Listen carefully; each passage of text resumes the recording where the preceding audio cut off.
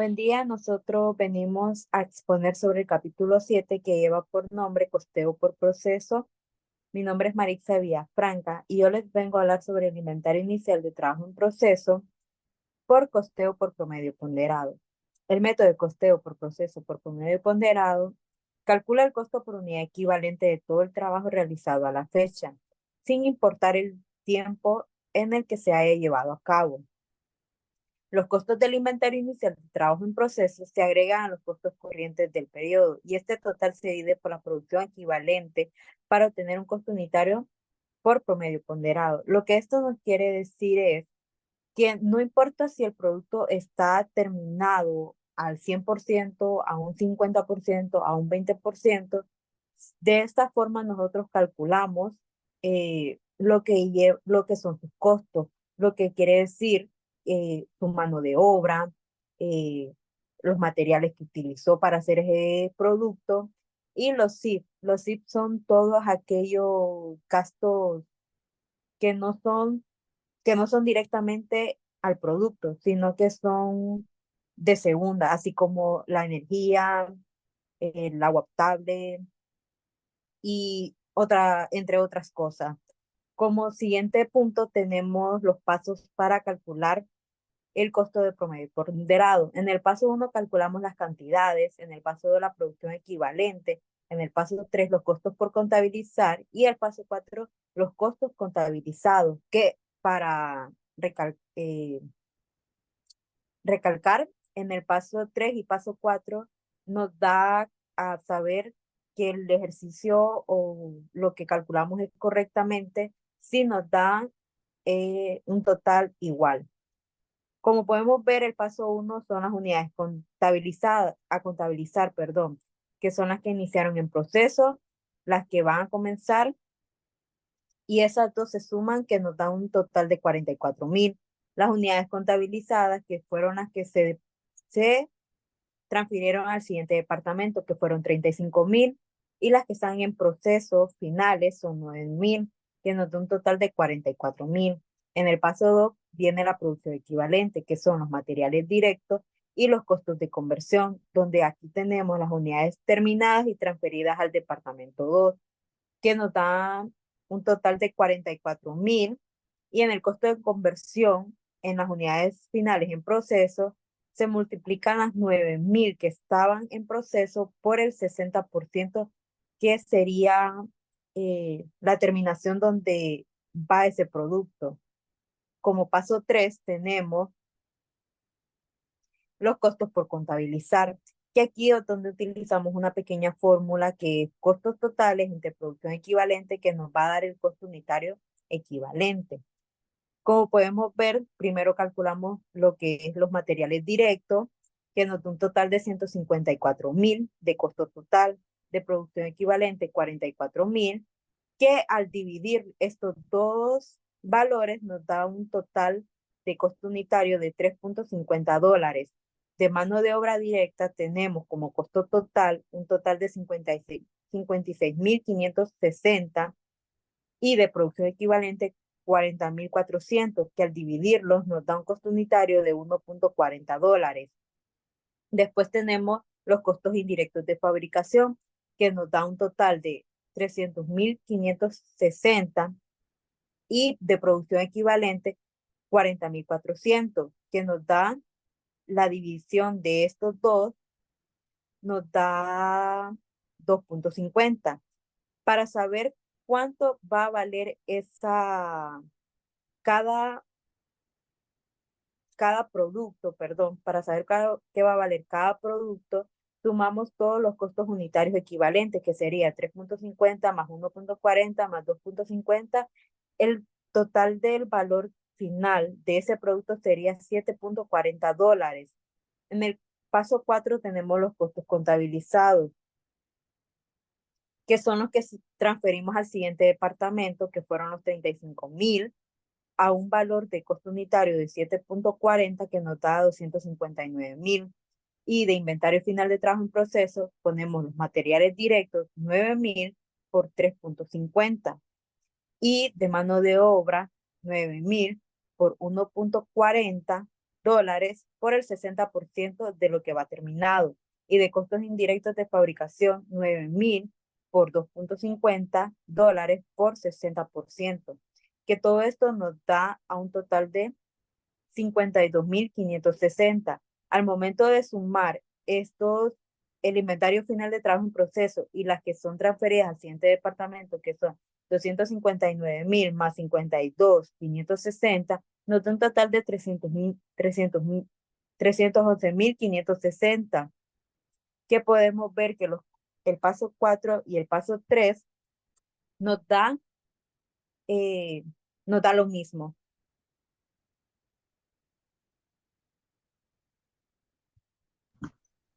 Ok.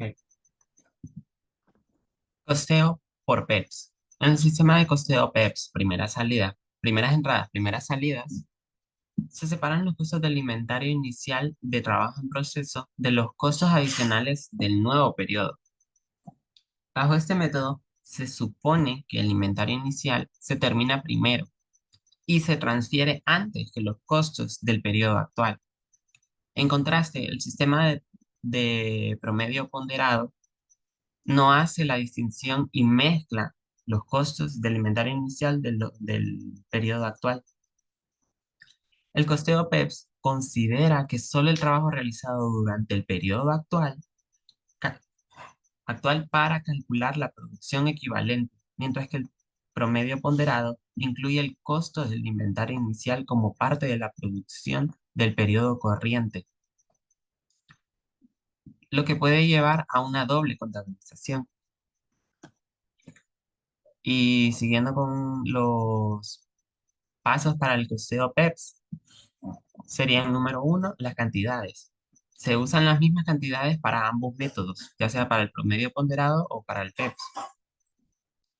Pero en el PEPS se calcula la producción equivalente considerando solo el trabajo realizado en el periodo actual. Número 2, producción equivalente. Solo se cuenta la producción necesaria para completar el inventario inicial de trabajo en proceso y se excluye o no se agrega la parte del inventario inicial que se terminó en el periodo anterior. Número 3, costos por contabilizar. El PEPS mantiene los costos del inventario inicial separados de los costos adicionales del periodo. Se calcula el costo unitario equivalente dividiendo los costos agregados durante el periodo entre la producción equivalente. Número 4, costos contabilizados. Se generan dos costos unitarios bajo PEPS. Uno para las unidades de inventario inicial terminadas y otro para las unidades de la producción corriente. Estos costos se transfieren al inventario terminado o al siguiente departamento según el PEPS. Y un ejemplo de este sería este que tenemos aquí, que tiene exactamente los mismos valores que el ejemplo anterior que estaba mostrando mi compañera Maritza, solo que aquí la única diferencia que se podría observar, o de la más visible, es que tiene un nivel de detallación o de desglose más amplio. Entonces, se puede observar que la única diferencia entre el cálculo de la producción equivalente bajo el costeo por promedio ponderado y el PEPS es que la técnica del promedio ponderado incluye la parte del inventario inicial de trabajo en proceso terminada del último periodo en la producción de este periodo, mientras que en la técnica del PEPS no lo hace.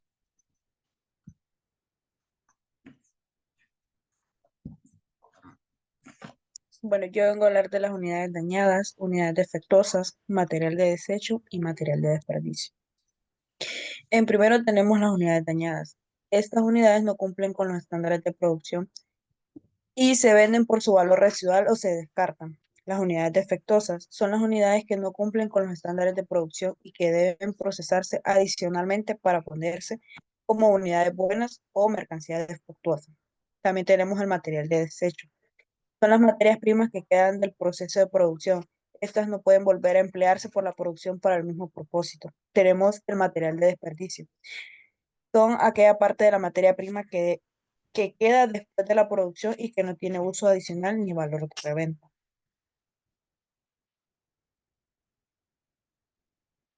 Tenemos la contabilización de las unidades dañadas. Tenemos el deterioro del primer departamento. Las unidades dañadas en un sistema de costeo por procesos pueden tratarse usando cualquiera de los siguientes métodos. Tenemos dos métodos, que el método 1 habla sobre la teoría de la negligencia. Este método se denomina como frecuencia teoría de la negligencia porque las unidades dañadas se consideran como que si nunca hubieran sido puestas en producción.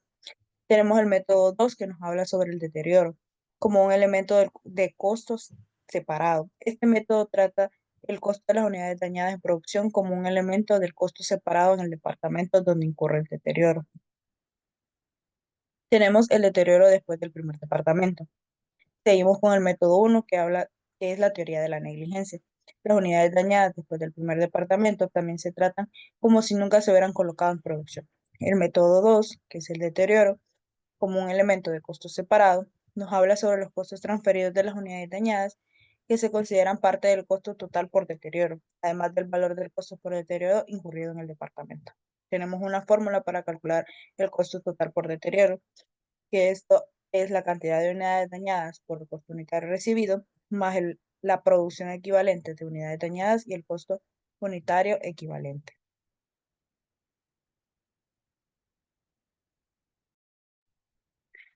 Yo voy a hablar un poco sobre lo que es la contabilización de las unidades defectuosas y nos dice un poco sobre que aunque las unidades defectuosas no cumplan con los estándares exigidos, es decir, con los estándares de calidad que normalmente cada empresa tiene, estas no se retiran de la producción como se hace con las unidades dañadas, sino que estas se reprocesan con el fin de que puedan al menos pasar esa inspección o al menos venderse como una mercancía. Y una de las principales inquietudes a la hora de la contabilización de estas unidades es que se realice un trabajo adicional en estas. Para, para reparar estas unidades pueden ser necesarias los costos adicionales, como los materiales directos, la mano de obra directa y los costos indirectos de fabricación. El hecho de reelaborar puede requerir de los tres elementos o solo de los costos de conversión. Los costos del trabajo de reelaboración puede considerarse como un costo al producto o un costo al periodo, dependiendo de si las unidades defectuosas se dan por normales o anormales. Tenemos también el ejemplo sobre los costos normales de reelaboración, que nos dice un poco, cámbiame por favor. Nos dice que los costos normales de reelaboración resultan de las operaciones eficientes, es decir, de una producción eficiente, pero siempre existen pérdidas, por decirlo así, y se consideran como un costo del producto. Tenemos un ejemplo de lo que sería el asiento para las unidades defectuosas normales, donde le daríamos un cargo al inventario del trabajo en proceso por el departamento en el que incurrió y contra el inventario de materiales, contra el inventario de la nómina por pagar, que sería la mano de obra, y los costos indirectos de fabricación aplicados. Los costos agregados por el departamento para el periodo se incrementan debido al trabajo adicional requerido. Como les mencionaba, el trabajo extra que se hace para la reelaboración. Por lo tanto, el costo unitario equivalente se incrementará por el costo de reelaborar las unidades defectuosas. También tenemos las unidades defectuosas anormales. Estas unidades anormales, los costos de este reprocesamiento resultan de operaciones ineficientes, por eso se llaman anormales. Y sus costos no deben incluirse en el costo del producto. Por consiguiente, los costos asociados con el hecho de volver a hacer estas unidades se cargan como un costo del periodo. Tenemos también el ejemplo de lo que sería el asiento Cargamos la pérdida, aquí ya sería una pérdida porque es por deficiencia, como les mencionaba, la pérdida por las unidades defectuosas anormales contra el inventario de materiales, la nómina por pagar, que es la mano de obra, y los costos indirectos de fabricación aplicados. Los costos normales del trabajo que se vuelve a elaborar no se incluyen en el costo ni el cálculo perdón, del producto, sino que este es equivalente del departamento porque no son un costo del producto. Como ya se los mencioné, estos se cargan al periodo, mientras que las normales se cargan a lo que es el producto.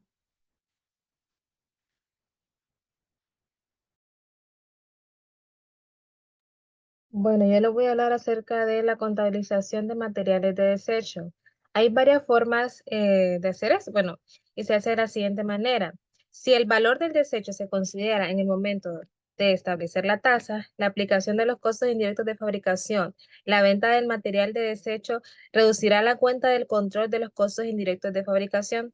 Eso significa que ya se tomó en cuenta el valor estimado del desecho al calcular los costos indirectos de fabricación. Por eso, cuando lo vende, se carga 500 de la caja, o sea, de la cantidad por el precio, que es 0.30 centavos, un total de 150, y se acredita con 150 por los costos indirectos de fabricación. Luego dice que si el material de desecho no se considera al establecer la tasa de aplicación de los costos indirectos de fabricación, las utilidades se acreditarán a la cuenta de inventario de trabajo en proceso por departamento. Y esto sucede porque los desechos no se consideraron en la tasa del CIF y por eso el ajuste debe hacerse en el costo de productos en proceso. Como por ejemplo, aquí podemos ver que las 500 unidades están multiplicadas por el precio, 150, que están cargadas y acreditado inventario de trabajo en proceso por la misma cantidad de 150. La siguiente diapositiva, por favor. Muy bien. Ahora la contabilización del material de desperdicio. No se da ningún crédito separado al material de desperdicio, por lo general es inevitable, es insignificante en comparación con el costo total o no tiene valor. Los costos que se incurren al deshacerse de los materiales de desperdicio por lo regular se cargan a control de costos indirectos de fabricación. En conclusión, aquí se presentaron las técnicas usadas en un sistema de costeo por procesos para controlar los inventarios iniciales de trabajo en proceso, como lo son las unidades dañadas, unidades defectuosas, material de desecho y material de desperdicio. De igual forma, los inventarios iniciales de trabajo en proceso pueden tratarse bajo cualquiera de las técnicas de costeo, por medio ponderado o PEPS. También se analizaron dos métodos para calcular el costo por unidad dañada en un sistema de costeo por proceso. La principal diferencia entre los dos métodos es que el método 1 no incluye ningún costo adicional agregado, o mientras que el método 2 sí lo hace. Pudimos ver que las unidades defectuosas pueden considerarse por gerencia como normales o anormales. Los costos incurridos en reprocesar la parte que se considera normal se carga al departamento de producción donde se incluyeron dichos costos. Por último, cabe recalcar que no se da ningún reconocimiento separado para que el material de desperdicio, puesto que usualmente es inevitable, insignificante y sin valor. Bueno, esta fue nuestra presentación y muchísimas gracias.